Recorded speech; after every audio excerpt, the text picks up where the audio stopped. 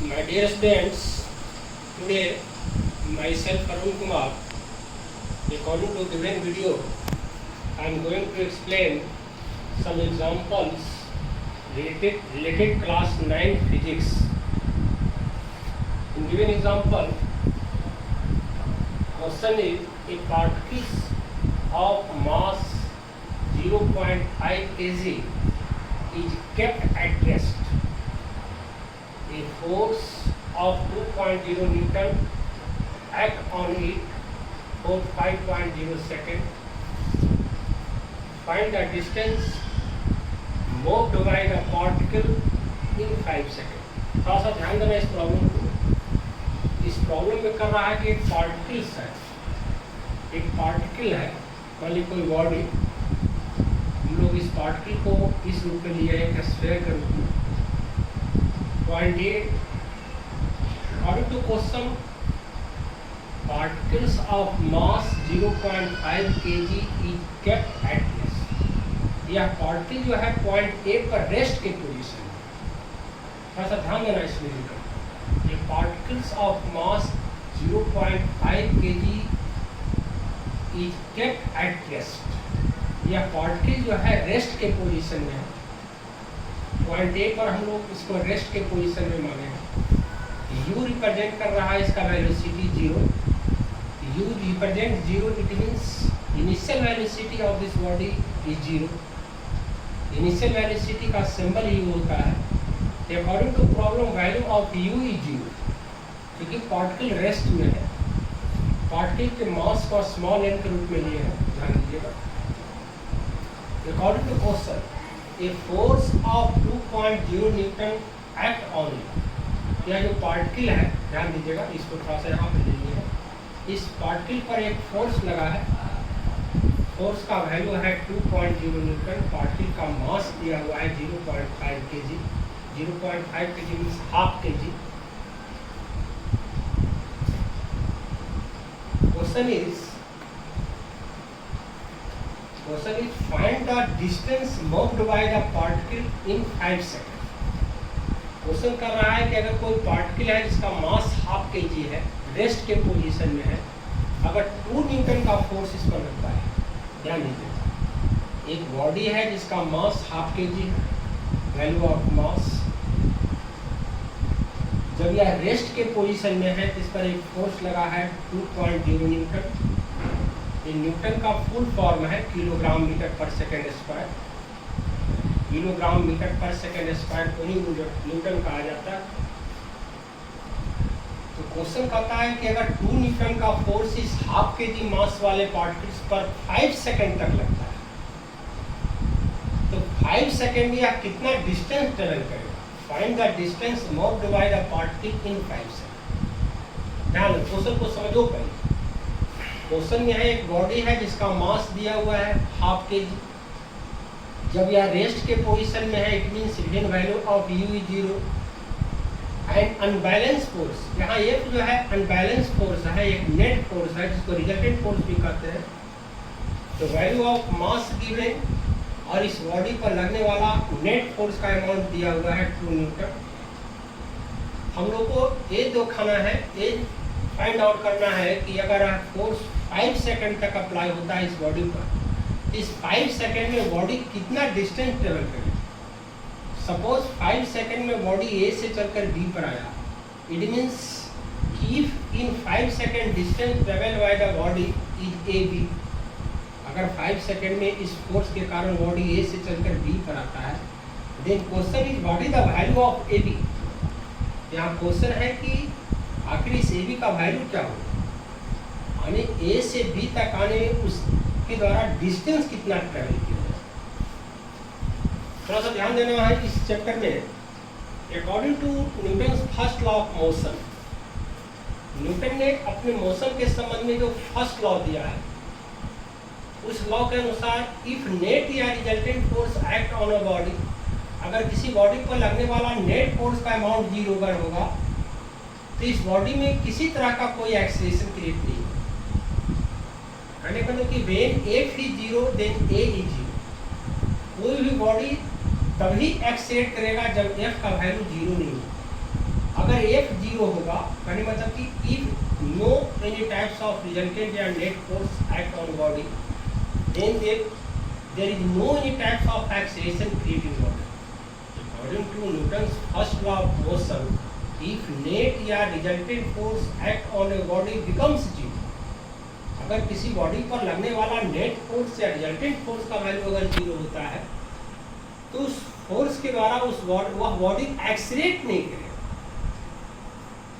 फिर न्यूटन ने अपने सेकेंड लॉ में बतलाया है कि if F is not equal to 0, अगर किसी बॉडी पर लगने वाला नेट फोर्स या रिजल्टेंट फोर्स 0 नहीं होगा, then in direction of force, ध्यान देना है मेरी बात, न्यूटन ने अपने सेकेंड लॉ में बताया है कि अगर किसी बॉडी पर लगने वाला नेट फोर्स का वैल्यू 0 नहीं है, इस एग्जांपल में नेट फोर्स का वैल्यू 0 नहीं है, 2 न्यूटन। अगर नेट फोर्स का वैल्यू 0 नहीं होगा तो इन डायरेक्शन ऑफ फोर्स, तो फोर्स के डायरेक्शन में ही इस बॉडी में एक एक्सीलरेशन क्रिएट होगा। तो according to Newton second law we see that when net या resultant force acting on a body is not equal to 0, then in direction of force an acceleration created in body, an amount of acceleration can be determined by the formula F by m। तो Newton के second law में हम लोग देखे हैं कि अगर net force का वैल्यू F है और बॉडी का मास m है और फोर्स के द्वारा क्रिएट एक्सेलरेशन का अमाउंट यदि a है, then according to Newton's second law of motion, F is equal to m multiply in given numerical value of mass given, जिस बॉडी पर यह नेट फोर्स लगा उसका मास दिया हुआ है, नेट फोर्स का वैल्यू दिया हुआ है, so acceleration produced in body। तो according to Newton's second law of motion हम लोग इस एक्सेलरेशन के अमाउंट को निकाल सकते हैं। तो because F is equal to m multiply a, so value of a is equal to F by m, here value of F लगने वाला net force is equal to 2 kg metre पर second square and value of mass is equal to half kg, kg cancel कुछ चल जाएगा multiply के form में 4। So value of acceleration create in body is 4 metre पर second square. तो कहने का मतलब है कि इस हाफ kg मास वाले बॉडी पर जो 2 न्यूटन का फोर्स लगा है, उस 2 न्यूटन के फोर्स के द्वारा इस बॉडी में जो एक्सेलरेशन क्रिएट हो, acceleration means the rate of change in velocity, ध्यान देने की बात, acceleration means the rate of change in velocity every second, हर एक सेकेंड में इसका वेलोसिटी जितना इंक्रीज करेगा, the rate of change in velocity, उसका जो वैल्यू होगा 5 मीटर पर सेकेंड स्क्वायर। इसका मतलब हर एक सेकेंड के बाद इसका वेलोसिटी जो है 5 मीटर पर सेकेंड से इंक्रीज कर देगा। So in given problem amount of acceleration create in body is 4 metre पर सेकेंड स्क्वायर। कहने का मतलब है कि 2 न्यूटन फोर्स के द्वारा इस हाफ kg मास वाले बॉडी पर जो एक्सेलरेशन क्रिएट होगा वह 4 मीटर पर second square.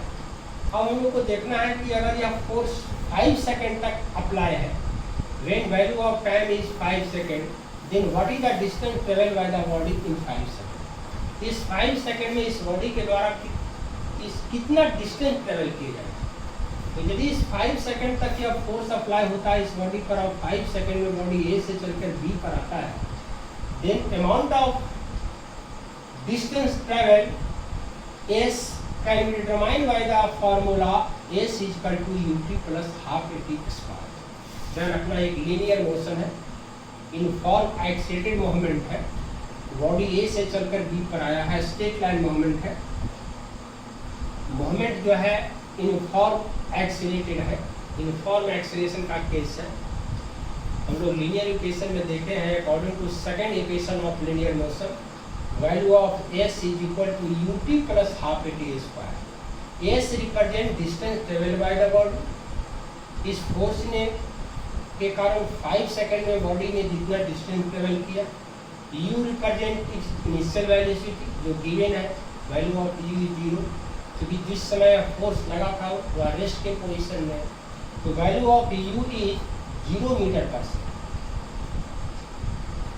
T represent time, जितने समय तक यह फोर्स लगा 5 सेकंड। ध्यान दीजिएगा, प्लस हाफ इस फोर्स ने जितना एक्सेलरेशन क्रिएट किया 4 मीटर पर सेकेंड स्क्वायर, फोर्स के द्वारा क्रिएट एक्सेलरेशन का value, and T square value of T 5 second, जितने टाइम तक यह फोर्स लगा है उस टाइम का वैल्यू है 5 सेकेंड।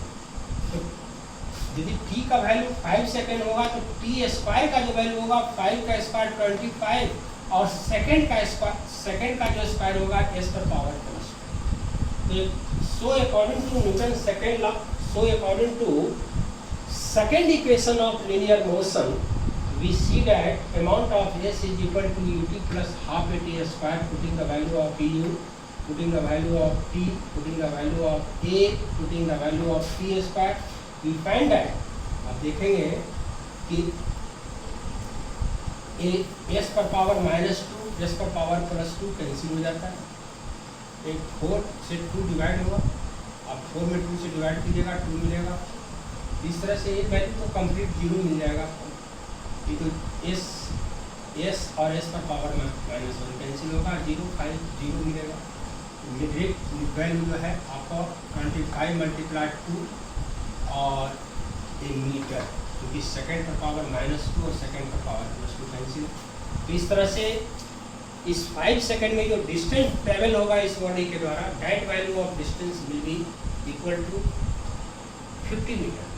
अब इस प्रॉब्लम में एक और न्यूमेरिकल आप जोड़ सकते हैं कि value of we have find. अगर क्वेश्चन ये रहे कि बी पॉइंट पर इसका वेलोसिटी क्या होगा, तो what is the value of v? v means velocity of body at B point. तो अगर v का वैल्यू अगर निकालना हो, अगर एक क्वेश्चन है कि बी पॉइंट पर इसका वेलोसिटी क्या है, तो according to first equation of linear motion we see that v is equal to ut plus half at square. Here value of u is given, value of u 0 meter per second, value of t given 5 second, ध्यान दीजिएगा cancel हो रहा है second पर second, 0 मिल जाएगा आपको, plus half according to first equation of linear motion,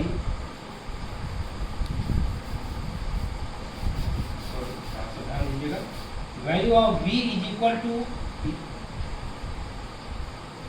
u plus at। तो value of u 0 metre पर second, value of a 4 metre पर second square, and value of t 5 second, 5 second, ये 0 metre पर second, और plus आप निकालते हैं इस सेकेंड पर पावर +1 है और second per power -2, if 5 × 4 that's called if that's equal to 20 metre का पावर, इस सेकेंड का पावर -2 सेकेंड पावर +1, इस तरह से ये मीटर से रेस्ट रह जाता है सेकेंड का power -1। So value of v 0 metre पर सेकेंड प्लस 20 मीटर पर सेकेंड, दैट्स कॉल्ड 20 मीटर पर सेकेंड। तो बी पॉइंट पर इसके पास जो वेलोसिटी होगा वह 20 मीटर पर सेकेंड।